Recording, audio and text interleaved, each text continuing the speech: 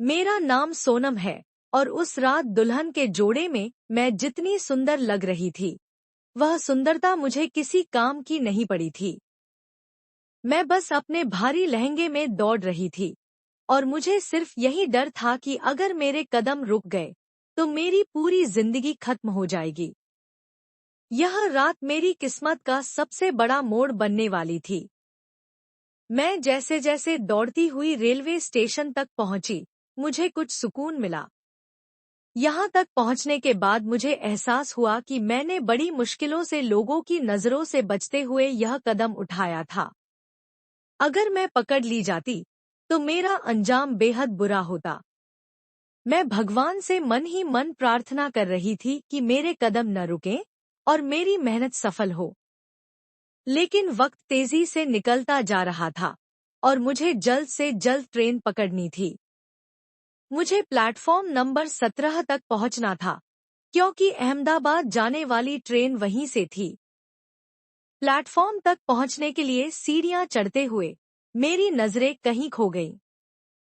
मुझे अचानक ही एक पुरानी याद आ गई। यह वही स्टेशन था जहां से मेरी नई जिंदगी का सफर शुरू हुआ था, साल 2014 में। अहमदाबाद, जो ख्वाबों का शहर था और मेरी मजबूरी ने मुझे यहाँ खींच लाया था।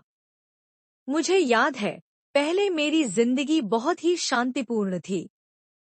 मेरे पिता नहीं रहे थे, लेकिन मेरी माँ और भाई का प्यार ही मेरी दुनिया थी। माँ के हाथ के बने खाने का स्वाद आज भी मुझे बहुत याद आता है। वे खुद को पूरी तरह से हमें समर्पित करती थी। कभी कभी मैं खाना बनाना चाहती थी, लेकिन माँ के किचन में कभी कदम नहीं रख पाई। उनका खाना इतना स्वादिष्ट था कि सब उनके हाथों का लोहा मानते थे। लेकिन मेरी माँ की तबीयत अचानक खराब होने लगी। हम उन्हें डॉक्टर के पास ले जाने की कोशिश करते, लेकिन वो हमेशा कहती कि बस पेनकिलर लेकर सो जाऊं, आराम मिल जाएगा। हमें कभी नहीं पता चला कि उनका दर्द इतना बढ़ चुका था कि एक दिन अचानक माँ बेहोश हो गईं। अस्पताल जाने पर पता चला कि उनका पित्ताशय फट चुका था और शरीर में जहर फैल चुका था। डॉक्टरों की पूरी कोशिश के बावजूद माँ हमें छोड़कर चली गई। उस दिन मेरी दुनिया पूरी तरह से बदल गई। मेरे भाई शरद ने मुझसे वादा किया कि वो हमेशा मेरा ख्याल रखेंगे, और उन्होंने निभाया भी। माँ के जाने के बाद घर में सब कुछ बदल गया। अब मैं अकेली थी और अपने भाई के साथ घर का कामकाज संभालने लगी। शुरू में मुश्किल हुआ, लेकिन धीरे धीरे मैंने खाना बनाना शुरू किया। पहली बार जब मैंने दाल, चावल और हलवा बनाया, तो भाई ने मुझे बहुत सराहा। कुछ दिनों बाद भाई ने मुझसे कहा कि मैं उनके लिए रिश्ते की बात करूं, क्योंकि उन्होंने किसी लड़की को पसंद किया था। मेरी भाभी सुस्मित बहुत ही सुंदर थी और मुझे पहली नजर में ही वो बहुत पसंद आई। भाई और सुमन की शादी धूमधाम से हुई और मुझे लगा कि अब मेरा अकेलापन खत्म हो जाएगा। शादी के बाद भाभी घर आईं और शुरू में तो सब ठीक था, लेकिन जैसे जैसे समय बीतता गया, भाभी का व्यवहार बदलने लगा।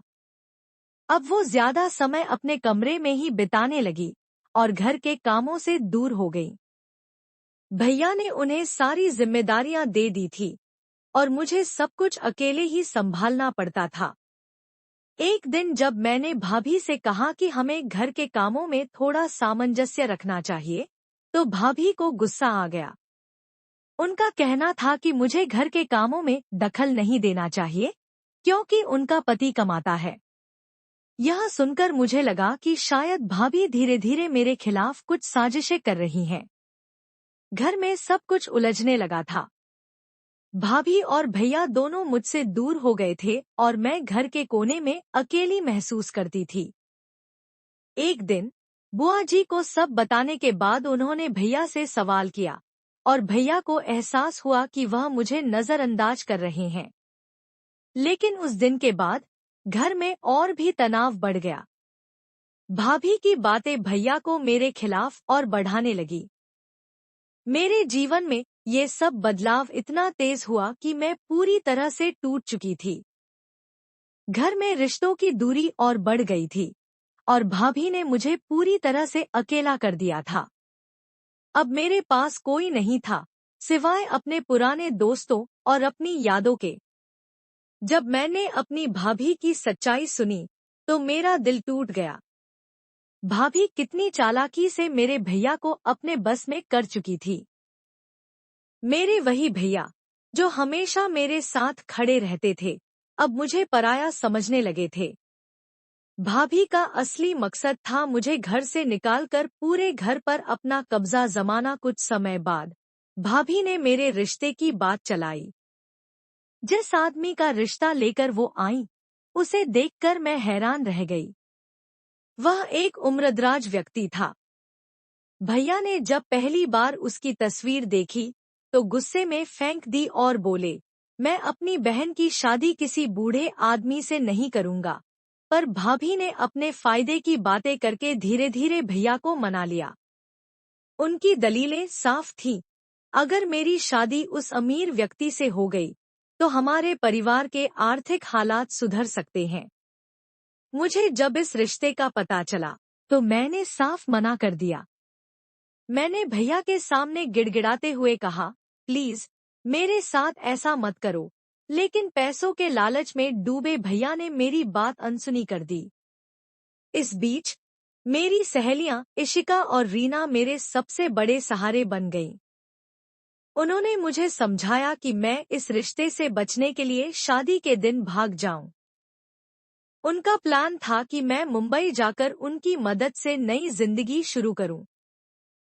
शादी के दिन जैसे ही बारात घर पहुंची, मैं दुल्हन के जोड़े में तैयार थी। पर इशिका और रीना ने मुझे खिड़की से भागने में मदद की।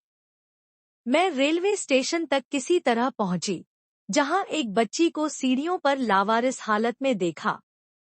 वह गिरने वाली थी, तो मैंने झट से उसे पकड़ लिया। उस बच्ची को देखकर मेरा दिल पिघल गया।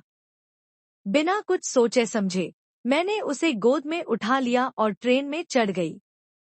इस तरह मैं अहमदाबाद पहुंच गई।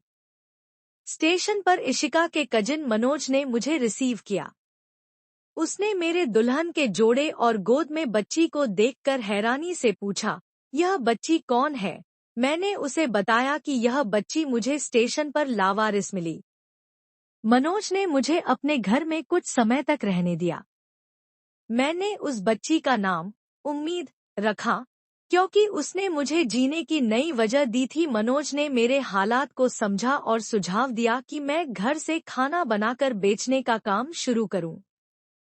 उसके ऑफिस के लोग मेरे हाथ का बना खाना खाने लगे और धीरे धीरे मैंने क्लाउड किचन शुरू कर दिया। इससे मेरा आत्मविश्वास बढ़ा। उम्मीद मेरी सबसे बड़ी प्रेरणा बनी। उसे पालते पोसते और अच्छे संस्कार देते हुए मैंने अपनी मेहनत से न सिर्फ अपनी पहचान बनाई, बल्कि अपनी सहेलियों और मनोज की मदद से अचार का एक बड़ा ब्रांड भी लॉन्च किया। आज 10 साल बाद मेरा ब्रांड पूरे देश में मशहूर है। उम्मीद अब 10 साल की हो चुकी है और वह मेरी सबसे बड़ी ताकत है। मैंने सीखा कि जब हम किसी की सच्चे दिल से मदद करते हैं, तो ऊपर वाला हमारी मदद करने के लिए हजारों रास्ते खोल देता है। दोस्तों, उम्मीद करती हूँ आपको हमारी कहानी पसंद आई होगी। कहानी पसंद आई है तो वीडियो को लाइक करें। चैनल पर नए हैं तो चैनल को सब्सक्राइब करें और हाँ, नोटिफिकेशन बेल को जरूर दबाएं, ताकि अगली अपडेट सबसे पहले आपको मिले।